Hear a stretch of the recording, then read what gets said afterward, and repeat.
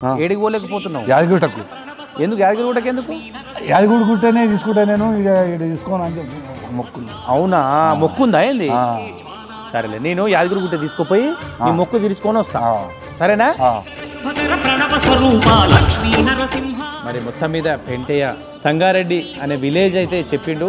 అక్కడ ఏ ఊరు మళ్ళీ పక్కనే మన విలేజ్ ఉందా తెలియదు. 20 సంవత్సరాల క్రితం హైదరాబాద్కి వచ్చాను అడుక్కోవడానికి అని ఒక విషయాలు అయితే చెప్తా ఉన్నాడు.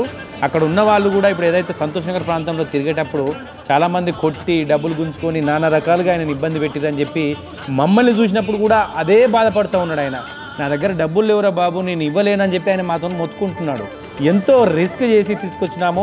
ఆయన మొక్కు ఉంది, యాదగిరిగుట్టకి వెళ్ళి యాదగిరిగుట్టలో నా గుండు కొట్టించుకోవాలి, స్నానం, నేను అక్కడ తలనీలాలు ఇవ్వాలి. మరి ఆ దేవుని దయ వల్ల ఒకవేళ మరి యాదగిరిగుట్టకి తీసుకెళ్ళి తలనీలాలు ఇవ్వడానికి మనం కూడా ప్రయత్నం చేద్దాం.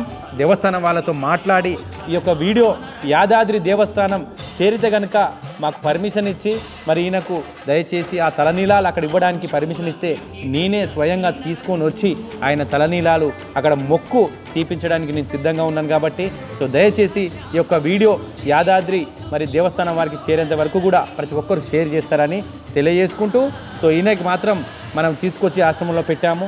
ఎవరైనా గుర్తుపడితే దయచేసి మాతృదేవోభవ ఆశ్రమాన్ని సంప్రదించండి.